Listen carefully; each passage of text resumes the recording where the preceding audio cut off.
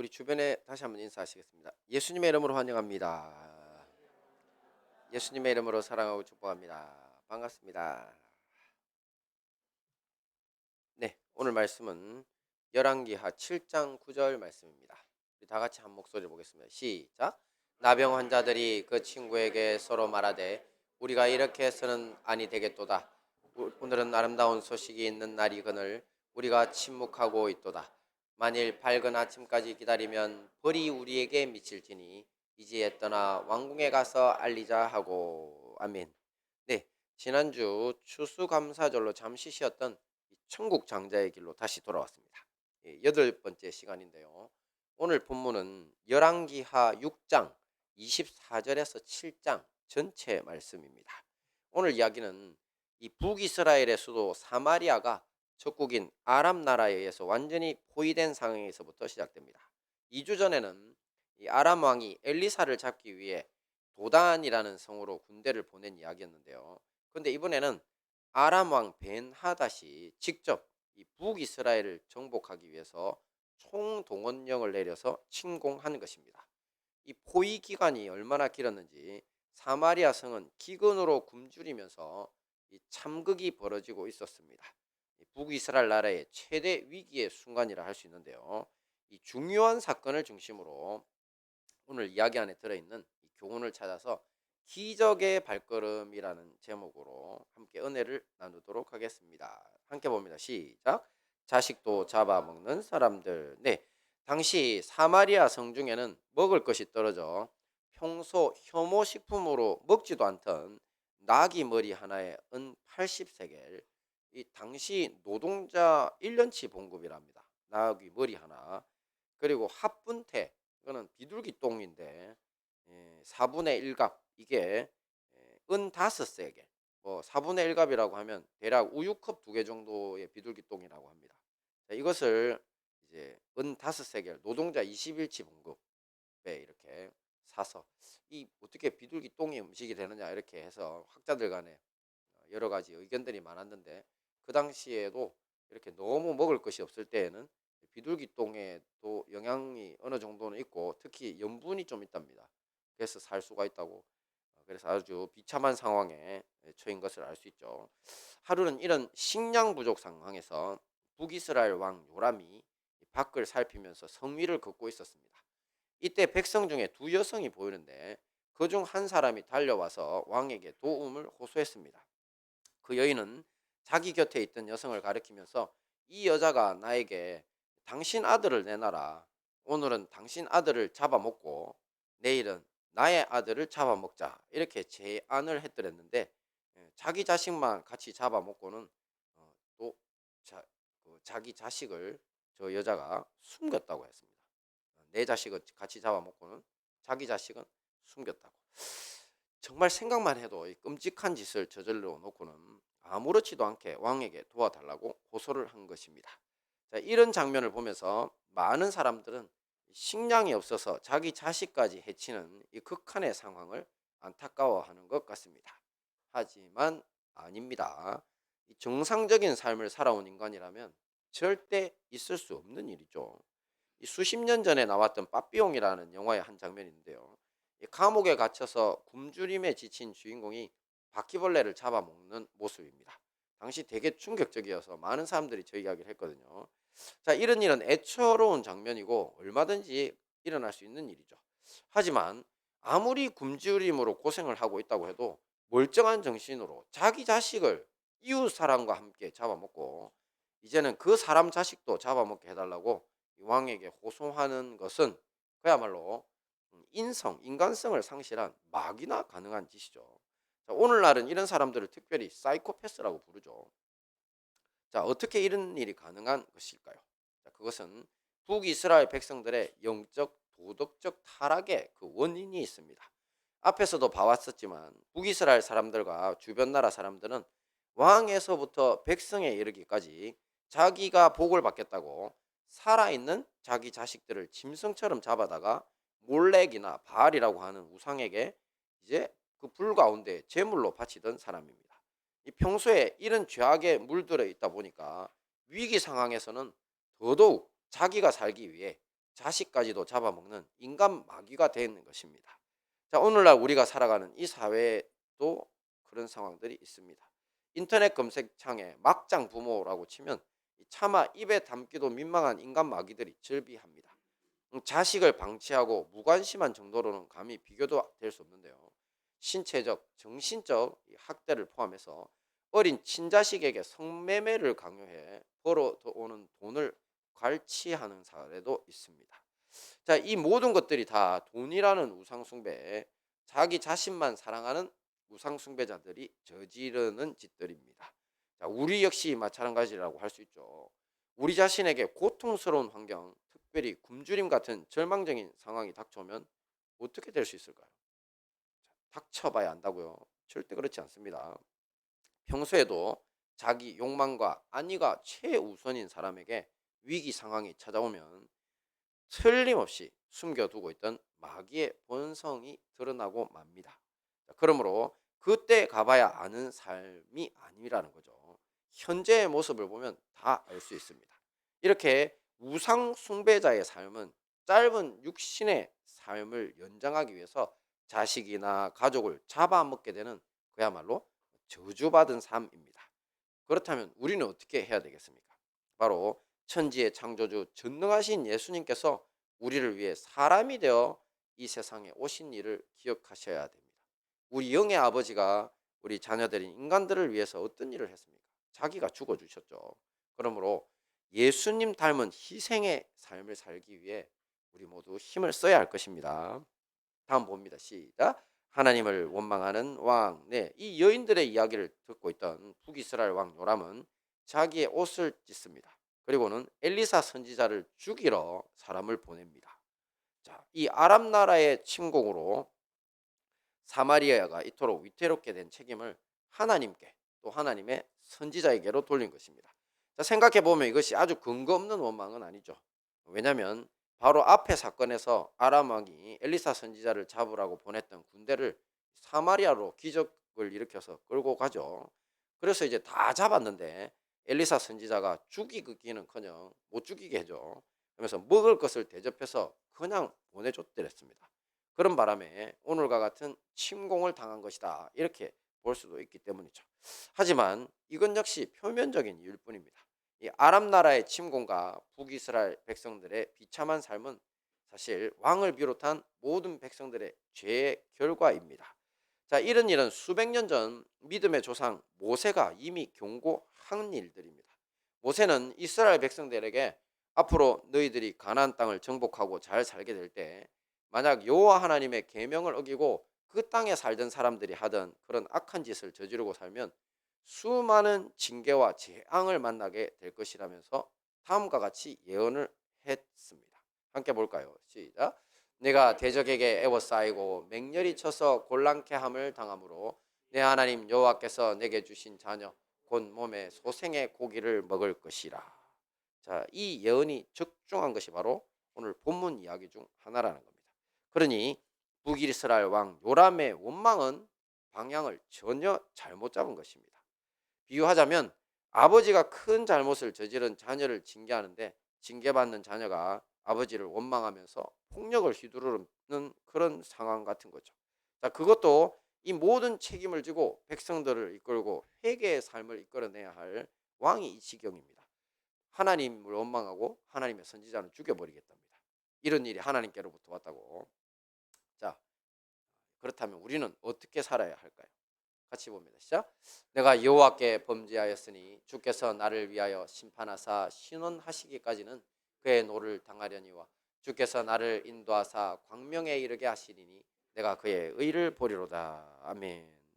그렇습니다. 우리가 잘못했으면 어떻게 해야 된다고요? 바로 부모가 자식을 징계함 같이 하나님의 징계가 있을 때에 마땅히 받아들이고 용서를 구하라는 겁니다. 용서를 구해라.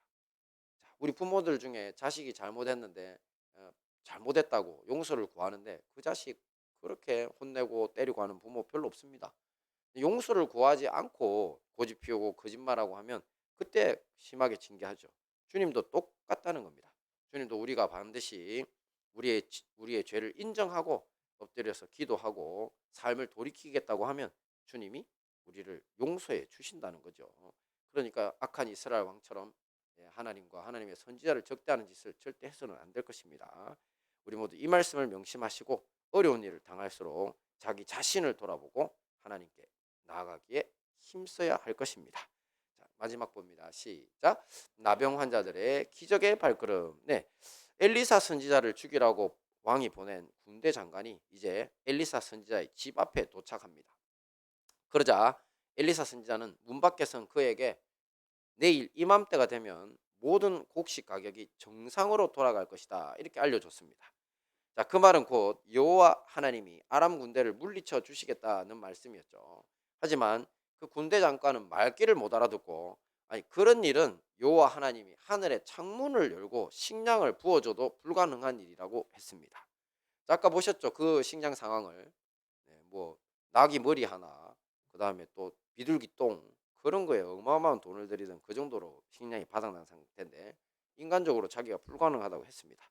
자, 이 말을 듣자 엘리사 선지자는 네가 그것을 눈으로는 볼 수 있겠지만 먹지는 못할 것이다는 알 수 없는 말을 합니다. 예언이죠. 그날 엘리사 선지자의 예언은 사마리아 성 사람들이 전혀 예상치 못한 방식으로 이루어집니다. 잠시 이 이야기의 장면을 사마리아 성문으로 한번 옮겨보겠습니다.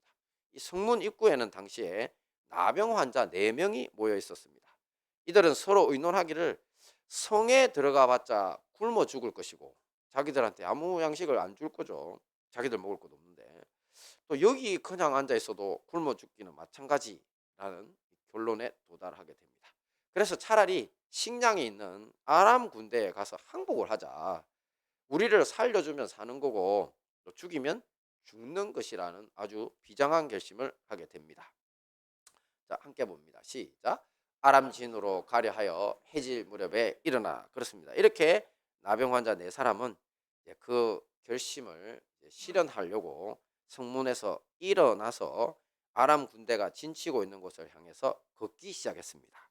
근데 이때가 해질 무렵입니다. 자, 해질 무렵.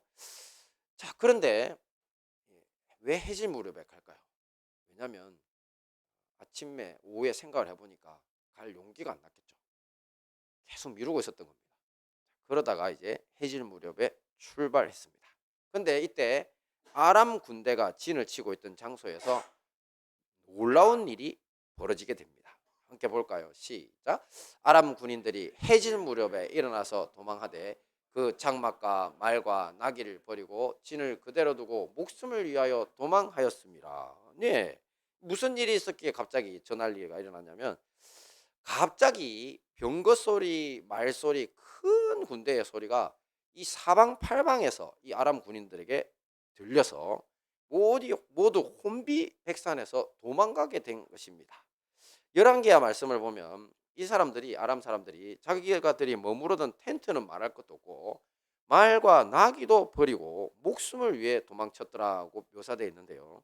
근데 사실 생각을 해보면 말이나 나귀는 뭐 하는 도구입니까?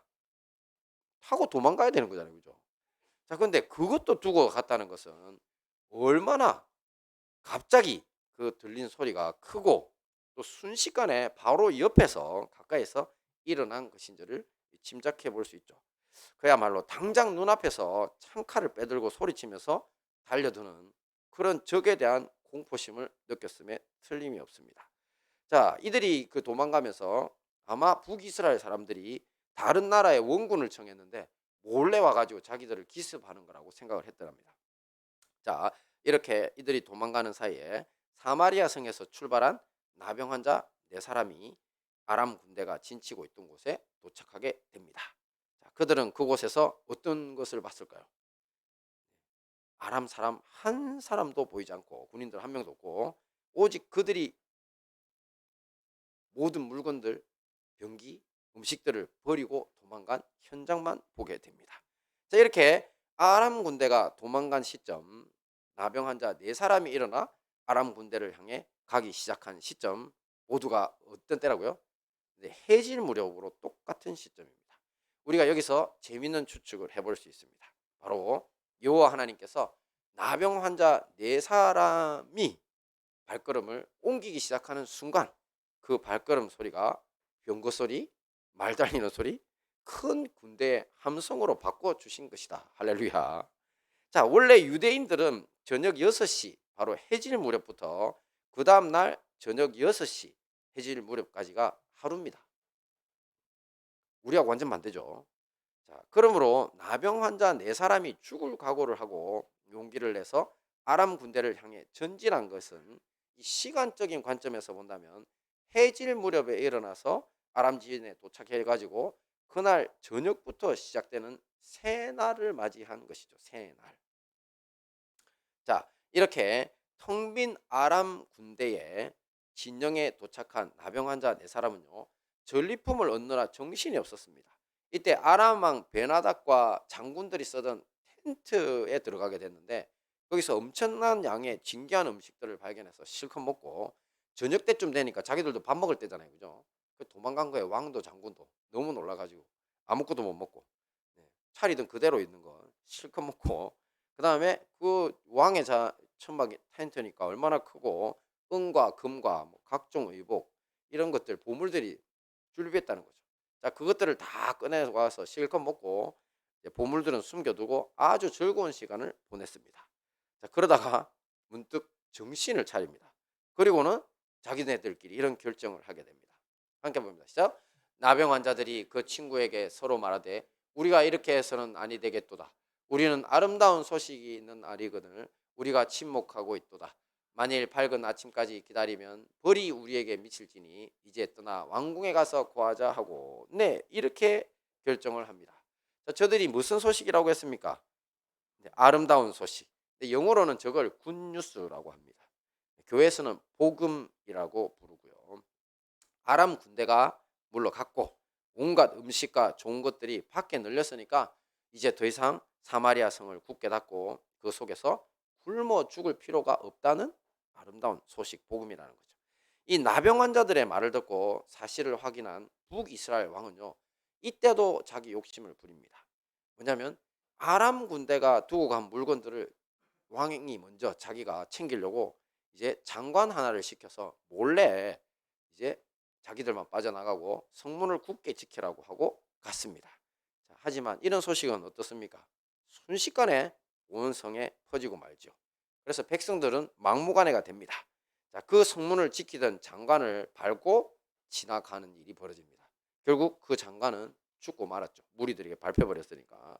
자, 이 사람이 바로 엘리사 선지자를 죽이려고 찾아왔다가 하나님이 하늘의 창을 여신다고 해도 어찌 그런 일이 일어날 수 있냐고 했던 바로 그 사람입니다. 자, 이렇게 백성들은 성문을 뚫고 나가서 음식과 함께 모든 좋은 것들을 차지하면서 생명을 건지게 됩니다. 결과적으로 나병 환자 4사람의 걸음이 기적의 발걸음이 돼서 사마리아 성의 모든 사람들에게 생명을 주는 기적을 일으킨 것입니다. 할렐루야. 자, 우리 역시 마찬가지입니다. 우리도 이 이야기 속 나병 환자들처럼 자기 가정이나 아니면 자기가 속한 공동체에서 자기 자신을 일컬어서 미천하고 쓸모없는 목숨이라 여길 수도 있습니다. 하지만 아닙니다. 하나님이 우리를 사용하시면 된다는 사실을 알아야 합니다. 비록 용기 없는 우리는 아람 군대가 진친 곳을 향해 죽으러 가는 심정으로 발을 딛는다고 할지라도 하나님이 우리를 사용하시기만 한다면 아람의 대군을 피 한 방울 안 흘리고 물리칠 수 있는 기적의 발걸음의 주인공이 될 수 있습니다. 그러므로 우리 모두 미천한 우리라도 사용하시는 주님을 믿고 의지하시고 기적의 발걸음, 복된 소식을 전하는 주인공 되기에 힘써야 할 것입니다. 말씀을 정리하겠습니다. 오늘 우리는 사마리아 성에서 생긴 일을 통해서 3가지 교훈을 살펴보고 삶에 적용해 봤죠. 첫째, 무엇든 일이 있었습니까? 자식도 잡아먹는 사람들을 봤죠. 바로 우상 숭배로 인한 영적 도덕적 타락은 사람을 인간 마귀로 만든다고 했습니다. 하나님만 섬기는 우리는 우상 숭배자가 아니라 예수님 닮은 희생의 삶을 살자고 했죠. 자, 두 번째는 어떤 교훈이었습니까? 하나님을 원망하는 왕. 그렇습니다. 아람 나라의 침공과 북이스라엘 백성들의 비참한 삶은 이 왕을 비롯한 모든 백성들의 죄의 결과인데 그럼에도 불구하고 하나님을 원망했죠. 절대 우리는 그래서는 안 되고 회개의 길을 선택해야 한다고 했습니다. 마지막은요. 나병 환자들의 기적의 발걸음. 그렇습니다. 우리도 기적의 발걸음, 복된 소식을 전하는 주인공이 되자고 했습니다. 자, 이 모든 말씀으로 기적의 발걸음의 주인공으로 승리하시는 우리 행복한 다니엘 교회와 형제교회 성도님들 되시기를 축원합니다. 아멘.